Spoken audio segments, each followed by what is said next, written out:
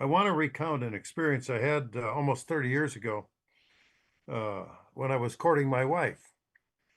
And the a local elderly gentleman came up and said, and he quoted Proverbs 30, verse 18 to me.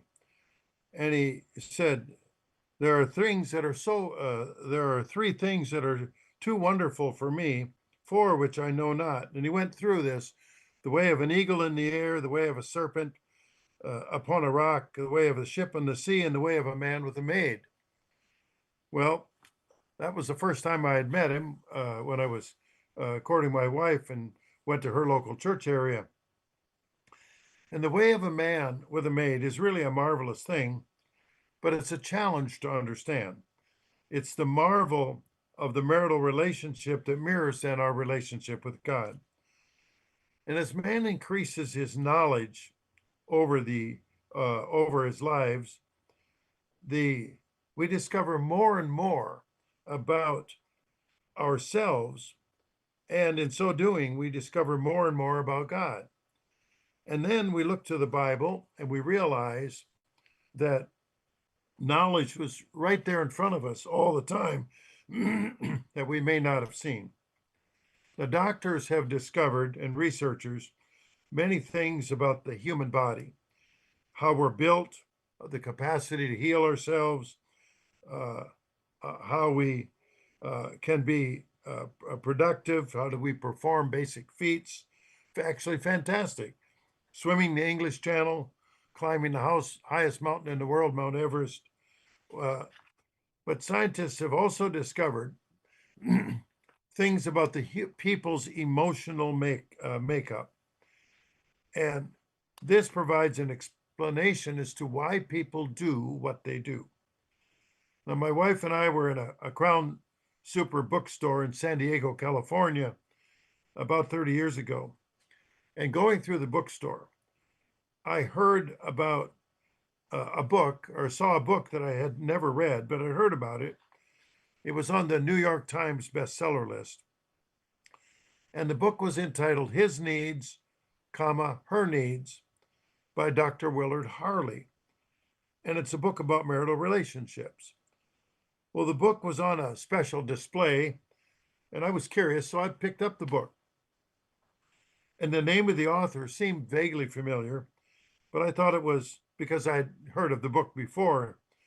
And I flipped open the book and I read the flap on the back cover. And inside the flap was a picture of the author. And again, I thought he was vaguely familiar, but I couldn't place it. And then it hit me. This author of this best-selling author was my college psychology professor over 50 years ago. He was a good teacher, interesting, innovative, and well-respected. Uh, and I had him as a new professor. He had just finished his own doctorate. And so I was real curious about the book. And what I discovered then in this book, His Needs, Her Needs, it opened my eyes to a way of looking at myself and my wife and at marriage in general. The author, Dr. Harley, eventually left his professorship at the college where I had graduated and went on to establish a series of marriage counseling centers. But it bothered Dr. Harley that he wasn't able to help more people become truly happy. Well, Dr. Harley spent years trying to understand why marriage counselors almost universally failed at helping to keep marriages together. And it was awkward and embarrassing for him as a marriage counselor to have so many failed marriages come through his door. Well, his research then led to some amazing discoveries that I'm going to share with you today. And I might mention that he comes at it from a biblical perspective in his book. But I do want to say first that this message today would have never been written had I not been motivated by the discovery of my wife's flaws. Now, my wife is an outstanding person, and ordinarily I would never mention the anything like this, but the marriage only through marriage would these characteristics have been revealed. For example, my wife takes the dishes from the dishwasher and she puts them upside down, the glasses, in the cupboard. She says that's to keep any dust out of the glasses. I, on the other hand, know that the correct way to put glasses in the cupboard is to put them open and up so that any moisture will evaporate. And then when making the bed, I notice that my wife pays no attention to which direction the open end of the pillowcase is placed. And I just assumed everyone knew that the open end of the pillowcase is always flopped toward the edge of the bed. And then there's the toilet tissue roll. My darling wife routinely installs the paper so the paper comes off the front of the roll. And have tried patiently to explain that if we place the tissue coming down the back of the roll, then children or grandchildren cannot just bat the roll and unroll the tissue. Well, we finally reached an accommodation in our lives regarding our marital discord. Here's how we handle the difference. Whoever empties the dishwasher gets to decide how to put the dishes or the glasses in the cupboard. Whoever makes the bed gets to decide which way the direction the pillowcase opening goes. And whoever replaces the tissue roll gets to decide which way the paper should come off the roll. Now, Dr. Harley describes the results of his research on emotional needs of marriage in his book, His Needs, Her Needs. Well, before we jump into Dr. Harley's discoveries about human nature and marital relationship, I want to turn to Genesis 1 and read about the first man and the first woman. And if we look at Genesis 1 and verse 26, and God said, "Let us make man in our image, according to our likeness, and then let them have dominion over the fish of the sea, over the birds of the air, over the cattle, over all the earth, and of every creeping thing that creeps on the earth." So God created man in his own image. In the image of God created him, male and female, he created them. So just to be sure that we didn't miss the point that we were created in God's image, he repeated that in Genesis 5, verses 1 and 2, almost word for word. So God created mankind after his own image, his own likeness, with the potential to have the characteristics of God. Today, we're going to review what I call a thriving marriage guide. In fact, we'll title it A Thriving Marriage Guide. But in order to do that, we're going to examine the top 10 emotional needs for men and women. And then we're going to see how meeting our emotional needs corresponds with our relationship with God. Well, today's message can be heard on two levels.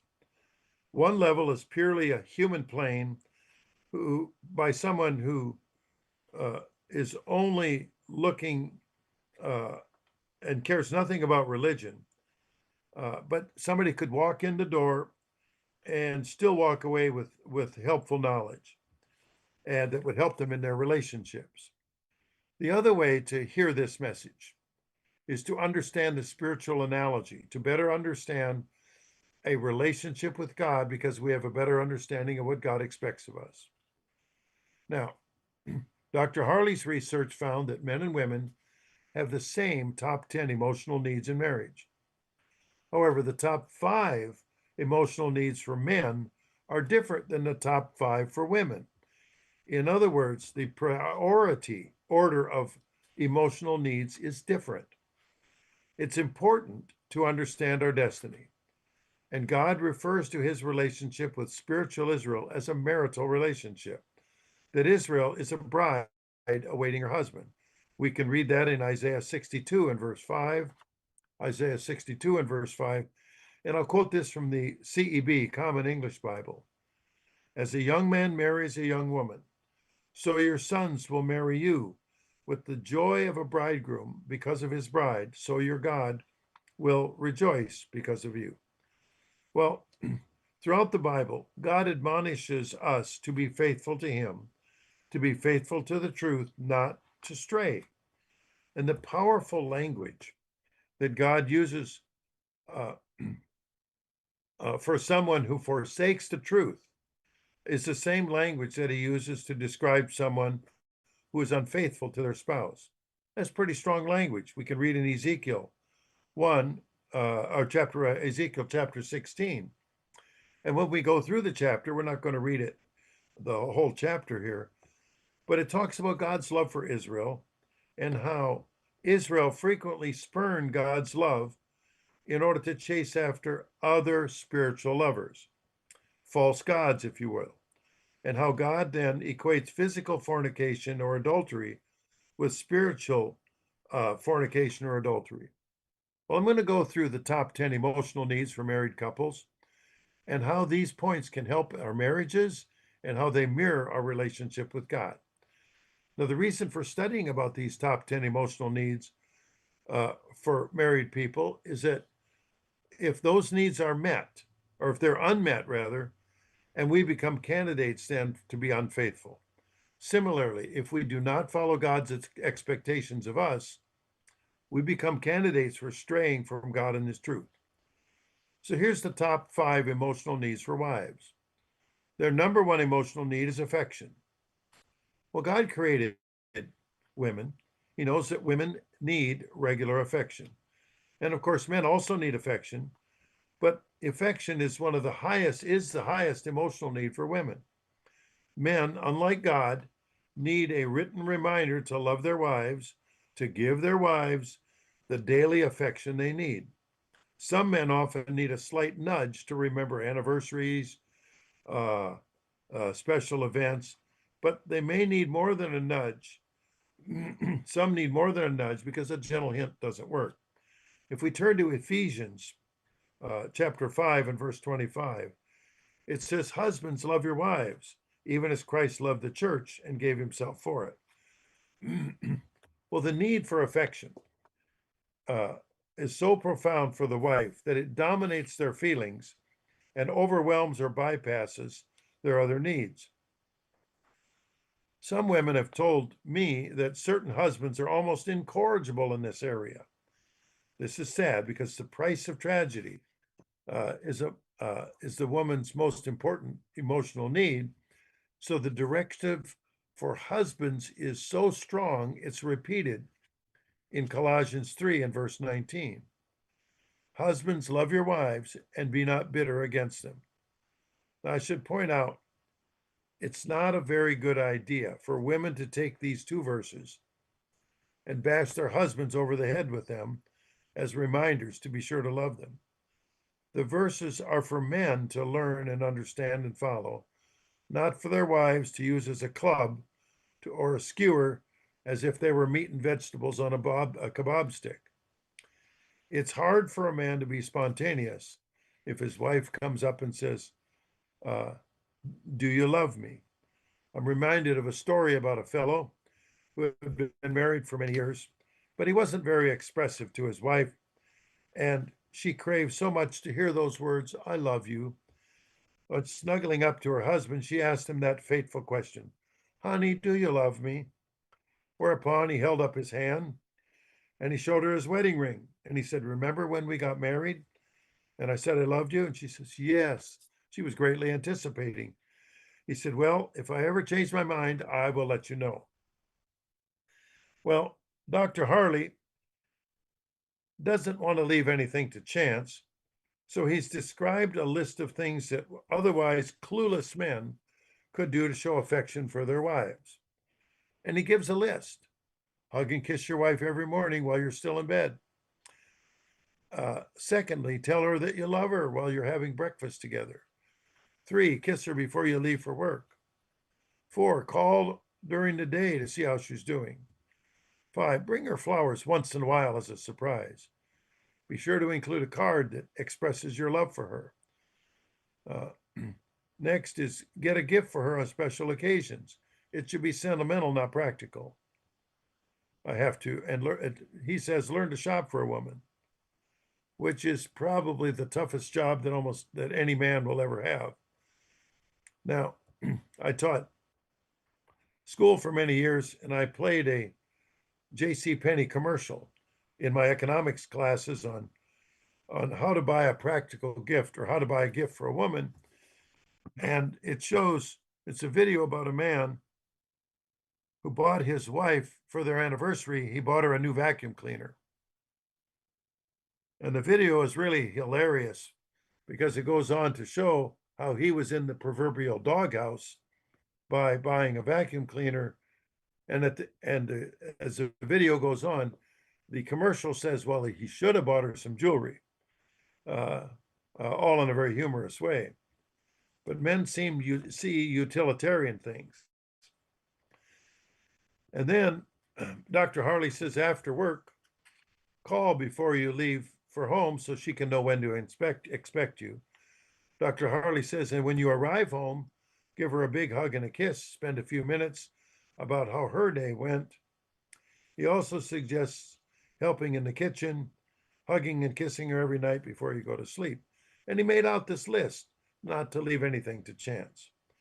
Well, just as affection is important in marriage, God also gave an example of how to love his bride, the church. Jesus Christ loved the church so much, he gave up his life for it. And despite our personal waywardness, Jesus Christ continues to remain true and faithful to us.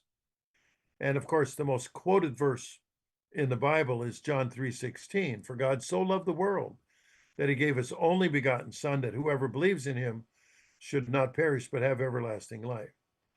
Well, affection is a woman's most fundamental emotional need. God provides that love and affection for his church. Men need to model their behavior accordingly and show affection for their wives.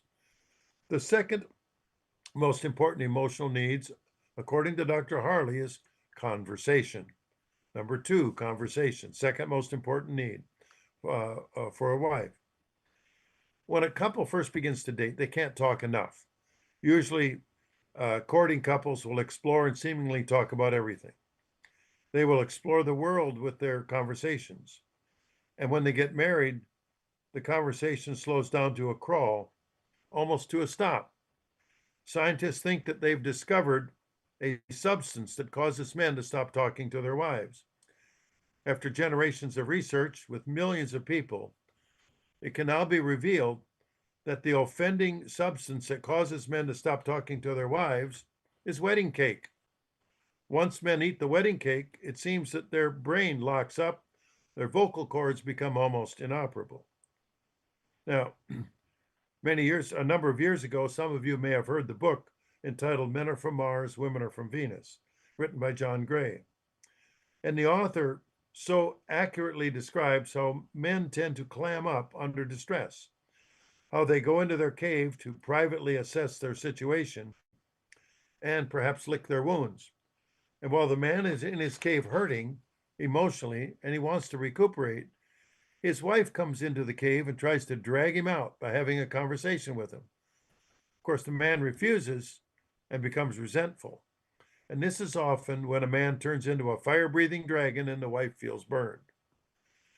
It's quite the opposite for a woman when she feels distressed.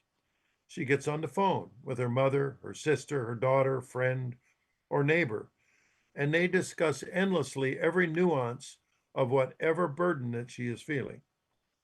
Although men don't share this emotional need for conversation to the same degree, men should understand that women need conversation. She thrives on it, it's her survival. Imagine this scenario. A man gets up at 4 a.m. in the morning. He brews a pot of coffee and he pours it into his thermos bottle. He makes a couple of sandwiches. He goes to his garage to gather up his fishing gear. He places the gear in the back of his pickup truck and he drives across town to his buddy's house where the two of them hook up a boat trailer to the pickup truck. And the buddy stows his fishing gear in a cooler in the back of the truck. And at 5 a.m., the two men jump in the pickup truck and they drive off to a faraway lake for a day of fishing. They arrive at the lake at about 6 a.m. They unload the boat from the trailer. They take their fishing gear from the pickup and they put it in the boat. One guy parks the pickup. The other guy then prepares the boat next to the shore. They both jump in the boat and they fish all day long. At the end of the day, the two guys reverse the process that they did in the morning. They load the boat onto the trailer, they put their fishing gear back into the pickup truck, and they head home. They unhook the trailer, they sort out the fish, they return to their respective homes. And by the time both guys get home, neither man has spoken a complete sentence to each other all day long. Just grunts, shrugs, and an occasional one-word question or reply. Now, I want you to imagine two women doing the same thing. This is a fundamental difference between men and women. Most men see nothing unusual about the scenario. Most women cannot even imagine it happening. Conversation does not only involve talking. In order for a woman to effectively pour her heart out to her husband, he must be willing to listen, to participate in the conversation. After all, God does listen to us.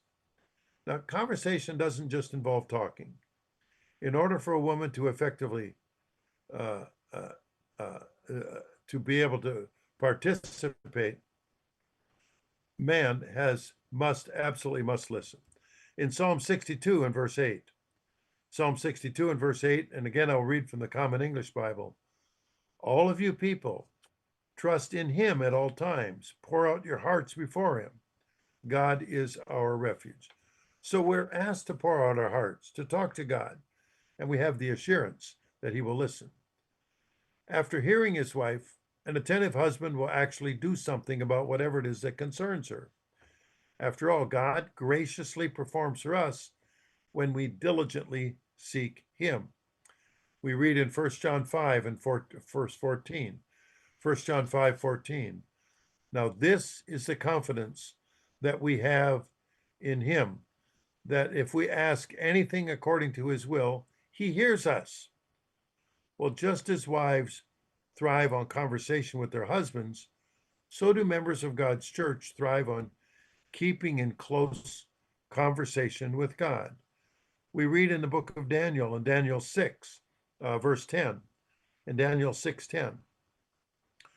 Now, when Daniel knew that the writing was signed, he went home, went in his upper chamber with his windows open to Jerusalem, knelt down on his knees 3 times that day, and he prayed and gave thanks to God, as was his custom since early days.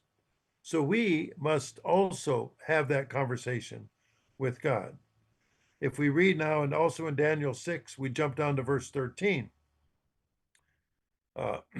They answered and said to the king, Daniel, who is one of the captives from Judah, does not show regard for you, O king, or for the decree that you have signed, but makes his petition 3 times a day. You see, it was more important for Daniel to pray to God than it was to replace God with the emperor or the king.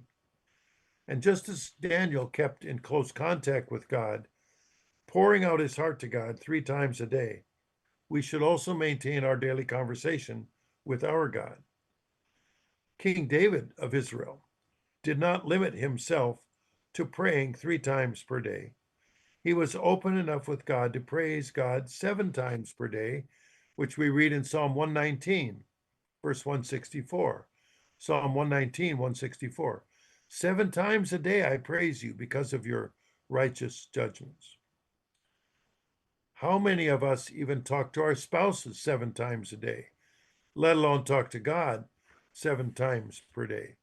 Well, conversation is critically important emotional need. Unfortunately, fortunately, now with technology, many of us have messaging, text messaging, to help facilitate conversations from a distance with our spouse. Well, Dr. Harley has conversation tips for husbands and wives in his book, and I want to go through some of those tips to how we can apply those tips to improving our conversation with God. And one of his conversation tips, and he has several, was remember how it was when you were dating.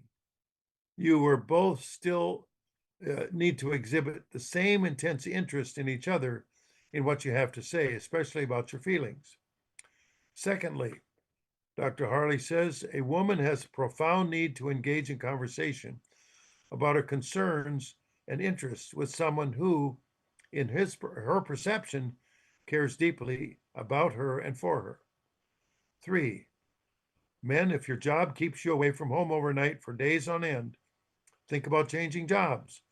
If you cannot find ways to restore the intimacy of your marriage each time you return from an absence, your wife must be able to feel comfortable with you again. Number 4 tip, get in the habit of spending 15 hours a week alone with your spouse, giving each other undivided attention. Spend that time in natural, essential conversation. And I might want to add into this one, he didn't put it down, but other research shows in most families, how much the amount of attention per child that the parents have for one-on-one, eye-to-eye contact per child, one-on-one contact, is about 45 seconds per day. That's an average, meaning some are above average, some are below average.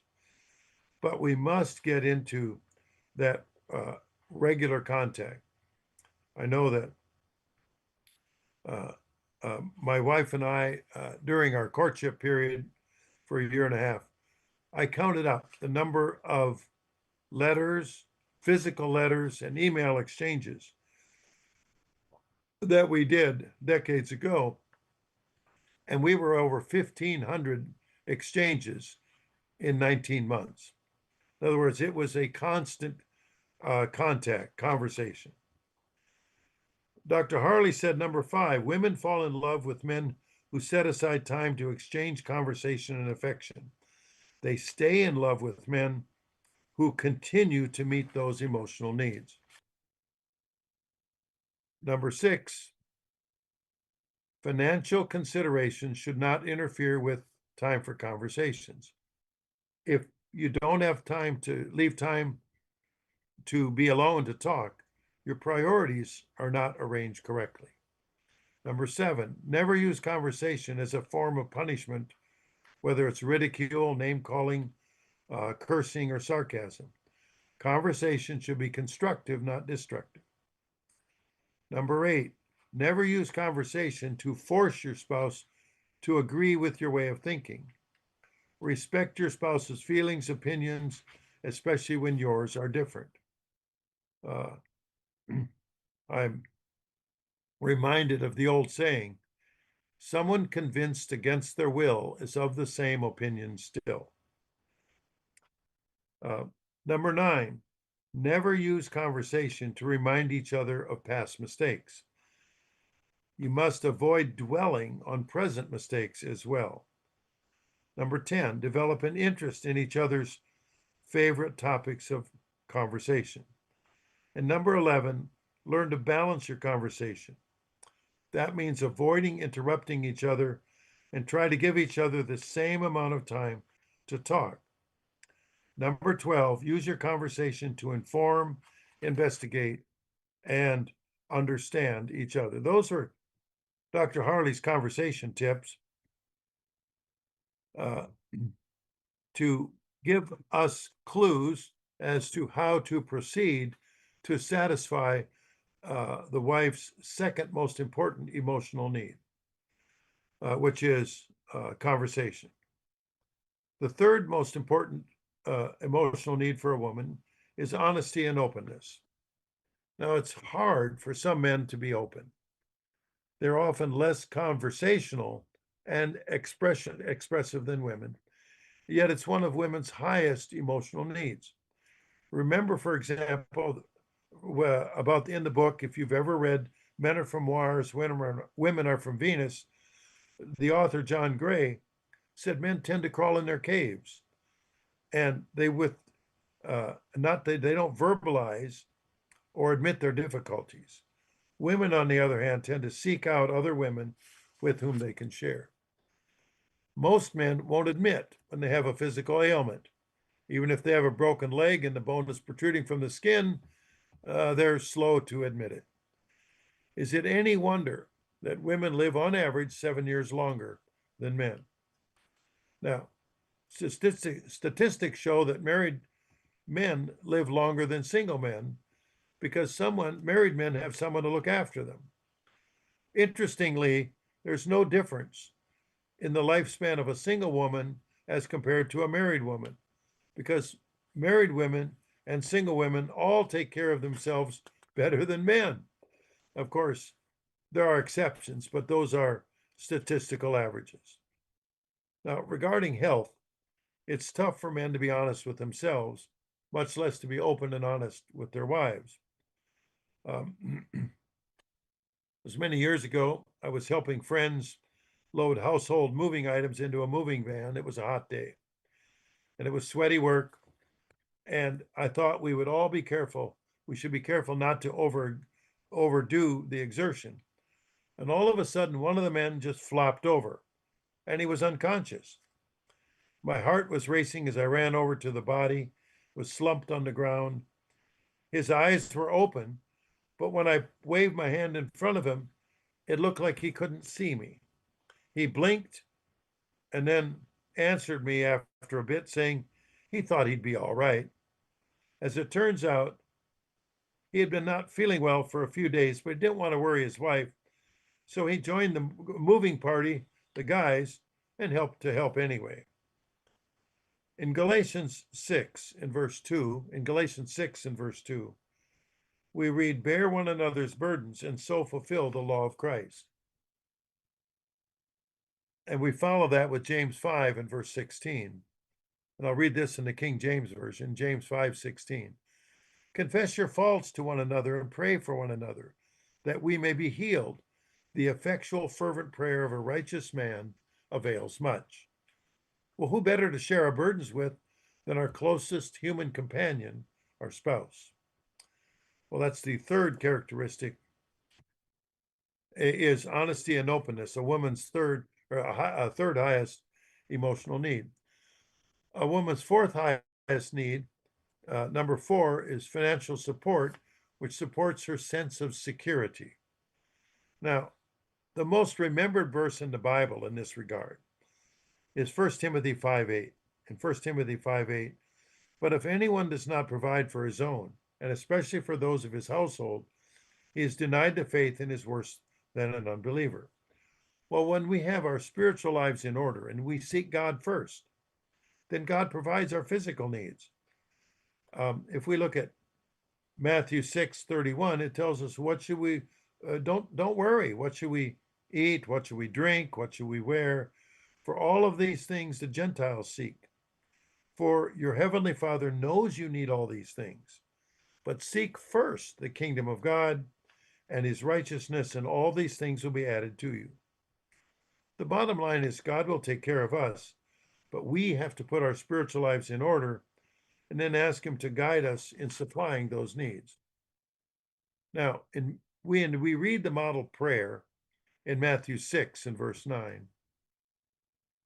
And we read that in this manner, therefore, pray, our Father in heaven, hallowed be your name. Your kingdom come, your will be done on earth as it is in heaven.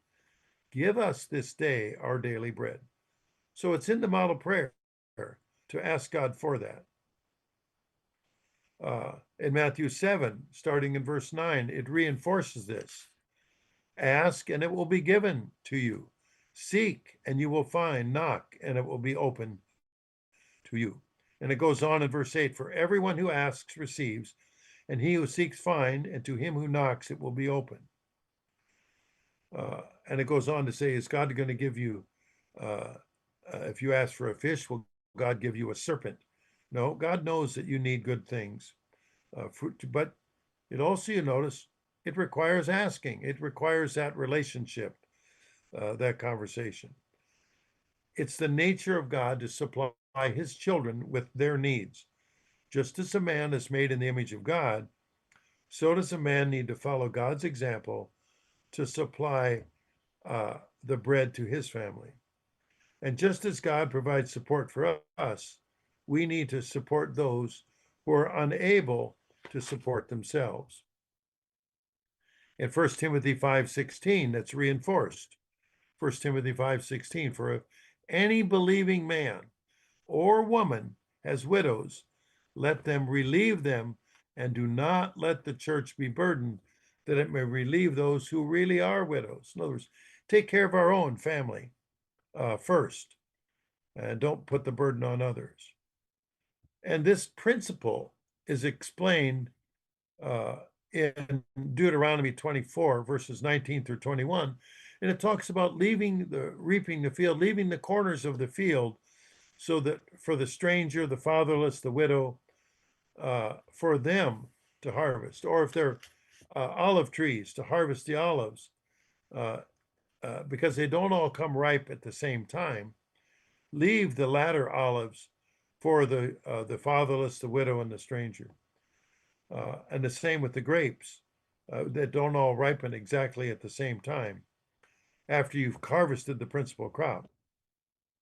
And if we read the book of Ruth, that principle was carried out by Boaz, who took care of the widows that were his responsibility and left extra crop for them to pick up. So taking care of for a wife's emotional need, number 4 is a sense of security. And that's important for a man to provide that sense of security by providing for her. Now, the 5th strongest emotional need for a woman is family commitment. A wife wants her husband to be a good father. And to be a good father, it takes effort. Now, I was extremely fortunate to have a wonderful father. Now, my father died over 20 years ago, yet his constant continuing presence in his family's life is very large. My wife and I often argue as to which one of us had the better father,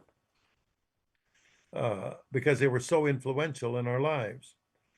Well, Dr. Harley, in his book, His Needs, Her Needs, developed a list of what's most commonly admired in a father. And this is an emotional need for a woman, is to know her husband has that family commitment. First of all, and I'll put these in letter order: A, meals together as a family. B, going out for walks or bike rides. C, attending religious services. D, conducting family meetings. E, playing board games together. F, attending sports or recreational events. G, reading to the children before bedtime. H, helping the children with financial planning. I, helping the children to do homework. And J, family projects. But they really should be fun for the children, and the children, not just that the children work on them alone. So there's a level of family commitment that is an emotional need for the wife. Our Heavenly Father is just that, our Father. In Matthew 6 and verse 9, when we looked at the model prayer, what did we read? Matthew 6:9, in this manner, therefore, pray, our Father in heaven, hallowed be your name. Well, we are children of God the Father. In 1 John 3 and verse 1, in 1 John 3:1, behold, what manner of those of love the Father has bestowed on us, that we should be called the children of God. In other words, we are God's children. In 1 John, or rather in John 1 and verse 12, in John 1:12, but as many as received him, meaning Christ, to them he gave the right to become the children of God, to those who believe in his name. So, and again, we read in Romans 8:14, for as many as are led by the Spirit of God, these are the sons of God. Well, we read on the model prayer in Matthew 6, verse 11, give us this day our daily bread. We wouldn't bother praying to God if God was unable or unwilling to deliver. So the top 5 emotional needs for wives, first of all, is attention. Second, conversation. Third, honesty and openness. Fourth, financial support, security. Fifth, family commitment. Now let's take a look at the top 5 emotional needs for husbands. And the first emotional need is physical intimacy. In Genesis 2:18, when man was created, the Lord God said, "It's not good that a man should be alone. I will make a helper comparable to him."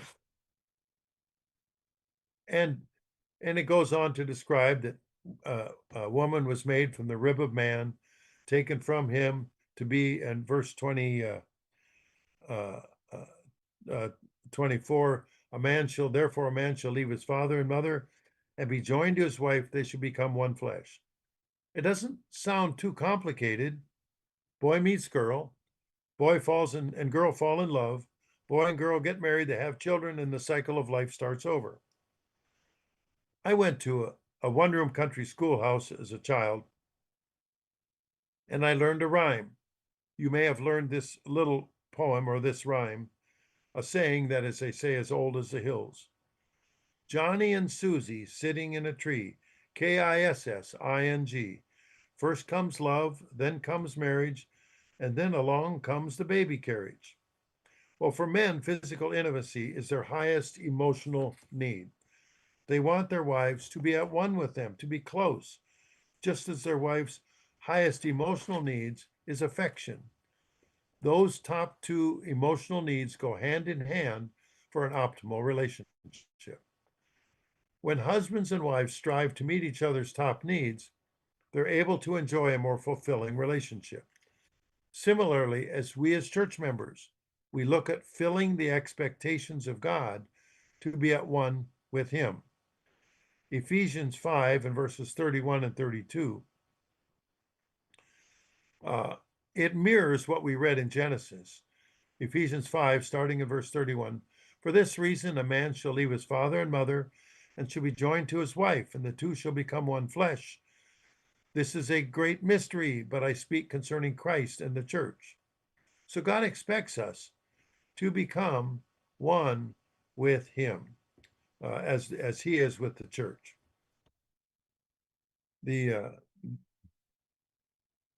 This at one-ment with God is so important that He set aside one of the annual holy days to remind us how important it is, a necessity, to be at one with Him. And of course, it's called Yom Kippur, or Day of Atonement. In Philippians 1, verses 2 through 5, let this mind be in you, which was also in Christ Jesus. So husbands and wives should be at one with each other in physical intimacy as a model of our relationship with God, to be that close. The second most important emotional need for a husband is recreational companionship. When a couple is courting, they're spending a lot of time together. The women may go hunting or fishing with her husband. Perhaps they'll go to a ball game together. Maybe she will follow him around the golf course. Maybe they will play tennis. Whatever the recreational activity, she goes along with because she wants to be close to him. And then, when she partakes of the dreaded wedding cake, her interest wanes in pursuing his sports and recreational interests. Now, it was many years ago. I went to a wedding in June of one of the young men in the neighborhood in Minnesota where I grew up. Uh, and I have a farm in Minnesota. Uh, and so, and every November is deer hunting season. And the young husband, newlywed husband, wanted so much for his bride to be able to share his deer hunting experience that he purchased all the gear for her. He bought her a hunting rifle. She dressed up in warm clothes because it can get very cold in November in Minnesota. And the young husband brought his bride over to my farm because it was a good spot. And he put her on a pile of rocks on a path where the deer often travel. And then he went a quarter mile away to take up his hunting position. Well, the wife sat for 15 minutes and along came a huge male deer with a rack of antlers. And the young bride calmly aimed and fired, bringing down a trophy buck. That was the first and last time the bride ever went hunting with her husband. She thought the entire experience wasn't very challenging. She couldn't imagine whatever men got out of hunting or why it took so long for the men to ever hunt for deer. Well, I venture to say most women do not recognize it, but recreational companionship is the second highest emotional need for a man. If his wife doesn't fill this need, he will be off then with his fishing buddies or hunting buddies. The man will be frustrated if this need is not met. Well, of course, it doesn't have to be deer hunting. It's not on everyone's favorite list. Um, Dr. Harley, in his book, proposes that couples find recreational activities they can agree on, they can do together to help them draw close to each other rather than for each of them to go off in their own separate directions. Now, my wife loves to roller skate, and she's good at it. If I'm careful, I can survive on roller skates. She can skate backwards better than I can forwards. And I know roller skating is an enjoyable activity for her.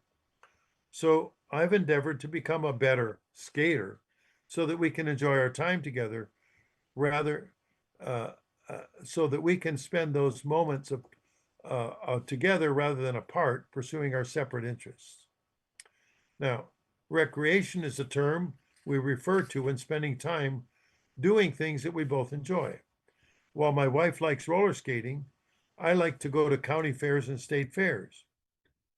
And years ago, we went to the Minnesota State Fair. It's the largest state fair in the United States. 1 million people attend over a 10-day period, 100,000 people per day. Well,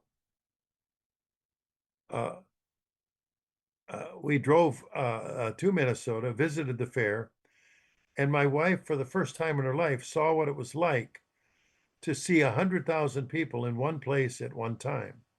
Some of the streets were so crowded that it seems like you could have walked on heads to cross the street just by walking on people. There was so much to see and do. Well, over the years, we've learned to share our recreational activities. God also enjoys recreational activities. Just as we read through Genesis on creation in chapter 1, you'll find a delightful and splendid summary of how God created the earth and everything in it. And we start in Genesis and from the entire chapter about how mankind is also has the creative instincts. We read in Genesis 1 verse 10, God saw that it was good. He repeats that down in verse 12, and God saw that it was good. And verse 18, and God saw that it was good. All these steps through the creation. Verse 21, and God saw that it was good.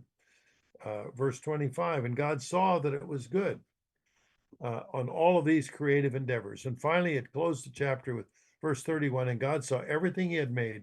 Indeed, it was very good. Well, mankind is like a creator. We like to make things and increase our knowledge. And there's a constant thirst for more knowledge, and that desire is increasing as we draw closer now to the end of this age. In Daniel 12 and verse 4, Daniel 12, verse 4, but you, Daniel, shut up the words and seal the book until the time of the end. Many shall run to and fro, and knowledge shall increase. Well, wives should work to understand and meet their husband's need for recreational companionship, and husbands should consider their wife's recreational needs as well. So that's the second most important emotional need for men. The third one, ranked by Dr. Harley, emotional needs for men, is an attractive spouse. Now, Dr. Harley defines it this way. What you do, attraction is this way, what you do with what you have. Men tend to be visually oriented creatures, and women learn from an early age to play to men's weaknesses. As a result, women are constantly dressing up to look good, and the men stand in awe. There are far more women's clothing stores than men's clothing stores. Far more women's shoes sold than men's shoes. There's a great deal more jewelry is sold to women than to men, not to mention cosmetics, lotions, hair care, and nail care items. Most women know that men look for and are proud of an attractive spouse, and men feel a sense of self worth and accomplishment when their wives take the time and effort to care for themselves. Similarly, God wants his church to be attractive and without blemish. In the Song of Solomon, and I rarely quote the Song of Solomon, uh, in chapter 4 and verse 2, Song of Solomon, chapter 4 and verse 2, and I'll read this in the New English translation. You are altogether beautiful, my darling. There's no blemish in you. Wouldn't it be wonderful if God could say that about us as members of the church? In Ephesians 5 and verse 27, Ephesians 5:27, that he might present her to himself a glorious church, not having a spot or wrinkle or any such thing, that she should be holy and without blemish. We continue on in James 1 and verse 27. What does it look like to be a good church? James 1:27, pure and undefiled religion before God and the Father is this, to visit orphans and widows in their trouble, and to keep oneself unspotted from the world. Now, it is one of the saddest things to see a woman who doesn't make good decisions. It's not very becoming. And it talks about that in Proverbs 11, verse 22. Proverbs 11:22, and I'll read this in the King James Version. As a jewel of gold in a swine's snout is a fair woman which is without discretion. In other words, why would you put jewelry uh, on a pig? In other words, it's not the right combination. It's not attractive.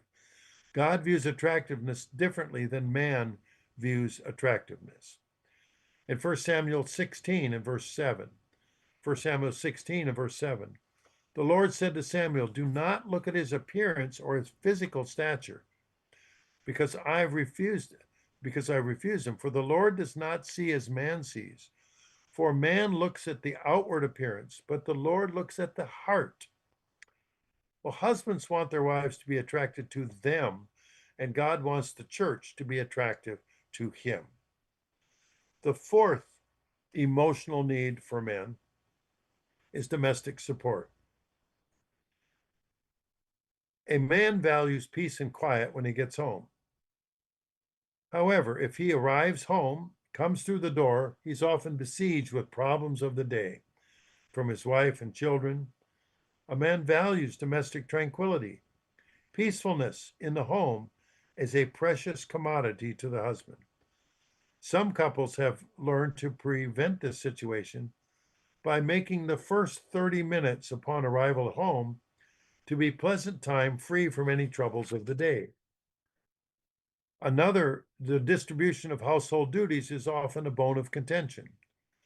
The husband pulls out his Bible and he quotes Proverbs 31, verse 27. Proverbs 31, verse 27. I'll read this in the Common English Bible.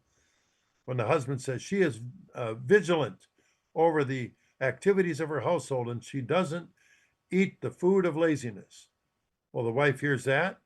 She throws up her hands in exasperation and she wonders, how could he be such an uncaring and unhelpful cad? That's when she throws verses at him in his face, in Proverbs 31, verse 28. Proverbs 31, verse 28. Her children bless her. Her husband praises her. Many women act competently, but you surpass them all. Well, then the husband gets angry and confused that his hard work all day isn't appreciated when he gets home. And she feels overwhelmed and disrespected that her hard work all day wasn't appreciated. Well, then the husband quotes Proverbs 21, verse 9. Better to live on the edge of a roof than with a contentious woman in a large house. Or Proverbs 27:15. The constant dripping on a rainy day and a contentious woman are alike. In reality, what the wife most likely wanted was some husbandly affection and adult conversation after a day with the children. At the same time, the husband wanted to plunk down, enjoy in the easy chair and vegetate for a few minutes. But a verbal battle develops, and she tells him to go ahead, live in the corner of the rooftop if that's the way he feels. How much different would life be if the husband and wives understood each other, what the other person needed at that time, instead of using their imaginations and their mouths running wild? So the fourth characteristic for a man is domestic support. The fifth emotional need is admiration. Every man wants to be admired by his wife. He wants to be thought of as the king of his own castle, the emperor, as it were, of his realm. When a man is admired, he feels respected, and that motivates him to give even more.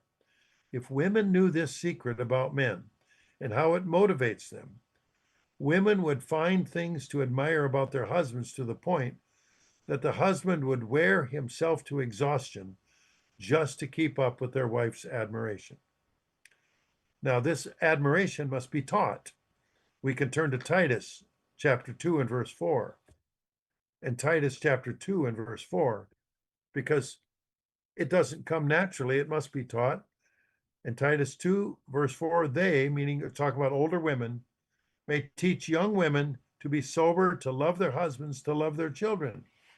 Well, admiration is a component of love. When a wife shows admiration for her husband, then he's more willing to push himself to meet his wife's needs. Our Creator God is worthy of admiration. We are called to have to love God in a profound way. In Deuteronomy 6 and verse 5, you shall love the Lord your God with all your heart, with all your soul, and all your strength. We jump to Deuteronomy 11, and it's repeated, Deuteronomy 11, verse 1. You shall love the Lord your God and keep his charge, his statutes, his judgments, his commandments always. In other words, this is how we love God. We're right there in Deuteronomy 11. We jump to verse 13. And it shall be that if you earnestly obey my commandments, which I command you today, to love the Lord your God and serve him with all your heart, with all your soul, then it's followed by a list of blessings. If you do this, you will reap the blessings or the rewards. We flip to the New Testament in Mark 12 and 6-8, where we hear this again. Mark 12, rather, in verse 30. Mark 12:30. And you shall love the Lord your God with all your heart, with all your soul, with all your mind, with all your strength. This is the first commandment. Well, if we do love God profoundly, then we're going to admire what God has done for us and what is doing for us and what he promises to do for us. And that admiration we should be performing of God every day. So the summary of men's top 5 emotional needs, first of all, is physical intimacy. Second, recreational companionship. Third, an attractive spouse. Fourth, domestic support. And fifth, admiration. Now, Dr. Harley emphasizes that that a less than happy marriage, he can summarize it this way. If I do not try to meet my spouse's needs and she doesn't try to meet mine, then we may be technically married, but we will not know happiness and fulfillment that marriage should provide. Well, the research from the book His Needs, Her Needs is clear. When husbands and wives do not meet each other's emotional needs, they're ripe for unfaithfulness and infidelity. But when we do our best to meet our mate's needs, then our lives are more ordered, they're happier, and our own needs are more likely to be fulfilled. Similarly, when we do not perform our spiritual responsibilities, then we are ripe to become unfaithful to God. The Bible is replete with admonitions against spiritual and physical fornication. The Bible is also full of the promise of hope and joy for fulfilling relationships if we follow God's ways. Now, I've reviewed the top 10 emotional needs for husbands and wives, and I want to close with what I call the 10 Commandments of marriage. You can follow along with the real 10 Commandments in Deuteronomy 5 or in Exodus 20, because I'm going to use the 10 Commandments as a guide. And when we read the first commandment, have no other gods before God. Let's put it into the context of marriage. Have no other husband and wife except your own. If everyone invested as much time in marriage as they did in planning their summer vacations would be a whole lot happier. Second, do not make any graven image of God. In other words, treasure the real spouse, not a substitute for your spouse. How often do we see in the other people how one spouse keeps busy with activities that will take them away from their own husband or wife? Third commandment, do not use God's name in vain. Well, let's apply this in marriage by saying, speak kindly and properly about your spouse. There's no benefit to call the husband the old goat or refer to the wife as the old battle axe. Proverbs 31 says to praise your mates. The fourth commandment, remember the Sabbath to keep it holy. And what does it say? Your life will be longer and happier if you marry and stay within the faith. God's plan is spelled out in the Sabbath and the holy days. How delightful it is when you're able to share your life's hopes and dreams with your spouse. In any event, regardless of your marital situation, the Sabbath is your refuge to spend time with God. The fifth commandment, honor your father and mother. Now, however you treat your parents is how your children are likely going to treat you. It has a bearing upon how your children think of God. The sixth commandment, do not murder. Let's apply it in the marriage situation. Uphold your spouse's good name by showing yourself worthy of the good name. Don't denigrate your relationship by spreading around the mistakes of your spouse. The seventh commandment, do not commit adultery. We can apply that to our understanding with God and his truth by remaining faithful. And for young people physically, that means being true and faithful to your future spouse before you ever get married. Live a life that you can be pleased to share with your eventual husband or wife or children and grandchildren. The eighth commandment, do not steal. In this application, make time for your spouse and treasure that time with your spouse. How many lives have been lived in quiet desperation because one or the other spouse had other things to do? The ninth commandment, do not bear false witness against your neighbor. Well, in the marriage application, let's be open and honest with our spouse. A couple who is at ease with each other and who are meeting each other's needs will be open and honest with each other. The 10th commandment, do not covet. In the marriage relationship, we can summarize it this way by saying, be happy with your own spouse and don't interfere with the happiness of other couples.